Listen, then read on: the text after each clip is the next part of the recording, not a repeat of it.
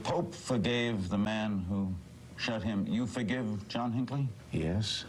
From presidents to Playboy bunnies, celebrities to criminals, princes, and Prince, Larry King talked with them all during a career that spanned 60 years and 60,000 interviews. The man, born Lawrence Ziegler in Brooklyn in 1933, knew he wanted a career on air, so he moved to Miami, got a job mopping floors at a radio station. When one of the DJs abruptly quit, young Lawrence was the only one available to fill in. By the 1970s, his radio show was syndicated nationwide.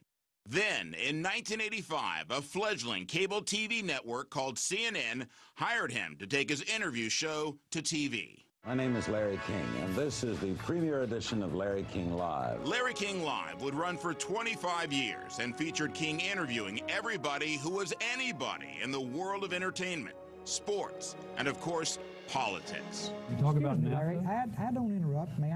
But he did. He brought up a specific Could I finish? point. Yeah, but of course. In 1993, 11 million people watched a debate on his show between then Vice President Al Gore and Ross Perot. It was the largest basic cable audience to date. It would not be the last time that King made history.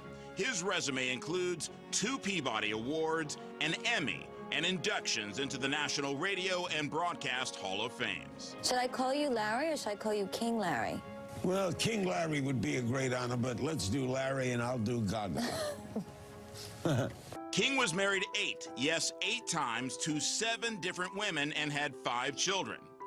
He and his family were common sights at Chavez Ravine, where he would watch his beloved Dodgers play.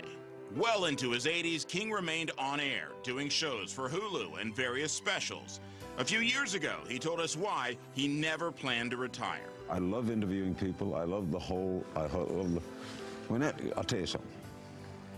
Of all the things you can do in life, nothing beats what you're all doing. Yeah. And that light goes on. Right. It's your world. After a career that saw him go from swabbing hallways to becoming perhaps the most famous interviewer in the world, our own Frank Buckley caught up with King in 2020 to ask him how he hoped to be remembered. If there were a legacy, it would be he communicated. He knew how to take guests or whatever it was and deliver something that people would find interesting, funny, enlightening. Add to the lives of people who are your customers. That's what they are. To you, my audience, thank you. And instead of goodbye, how about so long? And he really reached everyone across every spectrum. Everyone knew and watched Larry King. Truly the loss of a legend there. Yeah.